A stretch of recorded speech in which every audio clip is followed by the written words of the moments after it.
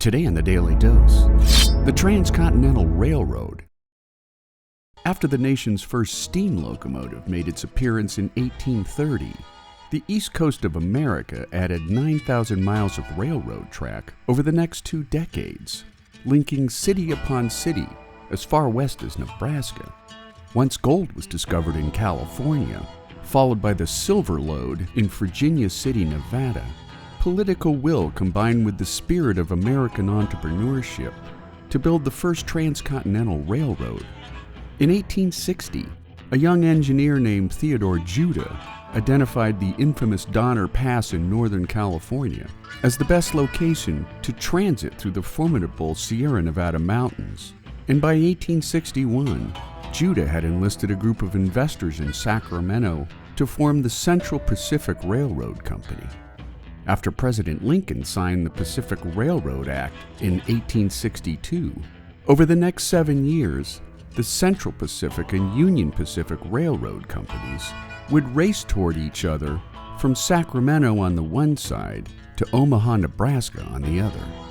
Each company would receive 6,400 acres of land, later doubled to 12,800 acres, and $48,000 in government bonds for every mile of track laid.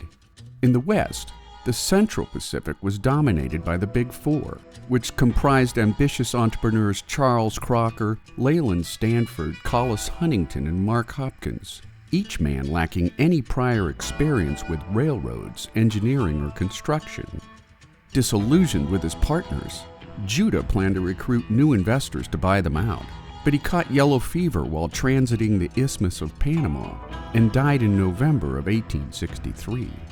Meanwhile, in Omaha, Dr. Thomas Durant illegally captured controlling interest in the Union Pacific Railroad Company, giving him authoritarian rule over the company's forward progress. Once construction began, the company suffered horrific attacks on its workers by Native Americans, including the Sioux, Arapaho, and Cheyenne tribes. Despite these setbacks, the Union Pacific laid tracks across the plains with relative ease, while the Central Pacific struggled through the inhospitable terrain of the Sierras. Ramshackle settlements popped up wherever the railroad went, turning into hotbeds of drinking, gambling, prostitution, and violence, forever cementing the mythology of the Wild West.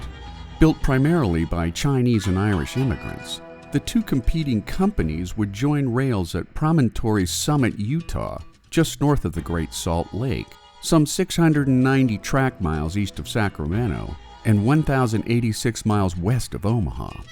On May 10, 1869, the Central Pacific and Union Pacific Railroad companies held their Golden Spike ceremony, when Leland Stanford took the first swing at a 17.6 karat gold spike that connected the 2 opposing approaches of railroad track.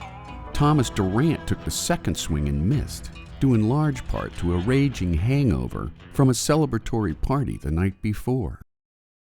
And there you have it. The Transcontinental Railroad comes of age. Today on the Daily Dose.